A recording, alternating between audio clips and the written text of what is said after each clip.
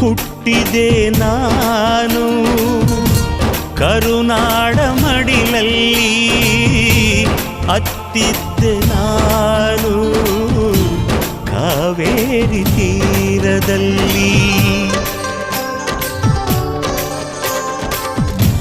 ನಿಮ್ಮಿಂದ ನಾನು, ನಿಮಗಾಗಿ ನಾನು, ನಿಮ್ಮೊಡನೆ ನಾನು, ಪ್ರೀತಿಗಾಗಿ ನಾನು. ಈ ತಾಯಿ ಲೀಲೆಯೇ ನಾನಿಲ್ಲಿ ಅಲ್ಲವೇ, ಈ ಜೀವಕ್ಕೆ ಮರು ಜನ್ಮವೇ ಕರುನಾಡಿನಲ್ಲೇ.